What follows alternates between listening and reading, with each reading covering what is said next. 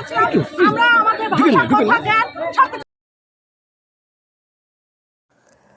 Rajshahi police lines স্কুলে উত্তেজনা, বিক্ষোভ ও মানববন্ধন।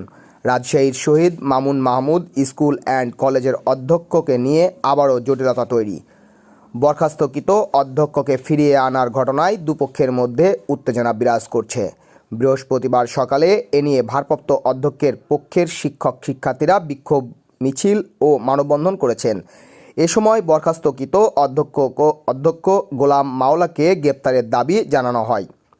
এর আগে গত 30শে ডিসেম্বর অধ্যক্ষ গোলাম মাওলা তার লোকজন নিয়ে গিয়ে Shahid Mamun Mahmud police lines school and কলেজের অধ্যক্ষের কক্ষে তালা ভেঙে ভিতরে প্রবেশ করে দায়িত্ব বুঝে নেওয়ার চেষ্টা করেন।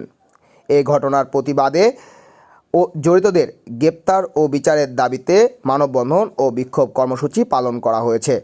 এই বিক্ষোভ ও কর্মসূচিতে অংশগ্রহণ করেন বৈষম্য বিরোধী ছাত্র অভিভাবক ফোরাম।